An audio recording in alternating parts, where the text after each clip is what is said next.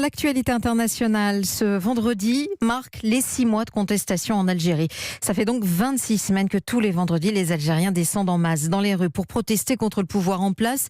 Depuis le début de la mobilisation, le président Bouteflika a démissionné. D'anciens responsables politiques vont être jugés.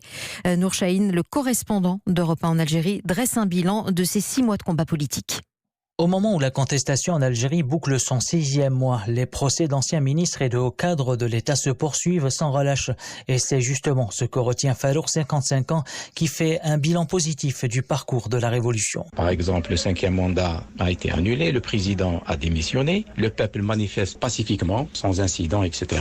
Les ex-responsables politiques rendent des comptes devant la justice. C'est une première en Algérie, c'est-à-dire que les mœurs politiques sont en train de changer. Moins conciliant, les jeunes, comme Rarda, une étudiante de 22 ans qui perçoit une volonté du pouvoir de déstabiliser la contestation. Je pense qu'il est encore trop tôt pour parler d'acquis. Et ce qu'on attend, c'est bien sûr plus de liberté, puisque depuis plus de 6 mois, on essaie de nous diviser, mais on reste soudés. On leur a bien prouvé notre solidarité et notre refus d'entrer dans une guerre identitaire. Alors, ils veulent organiser des élections plus vite, oui, c'est très bien, mais on ne veut pas d'élections organisées par ce gouvernement. Après des tractations qui ont duré plusieurs mois, le chef de l'État algérien a désigné une instance pour mener un dialogue national.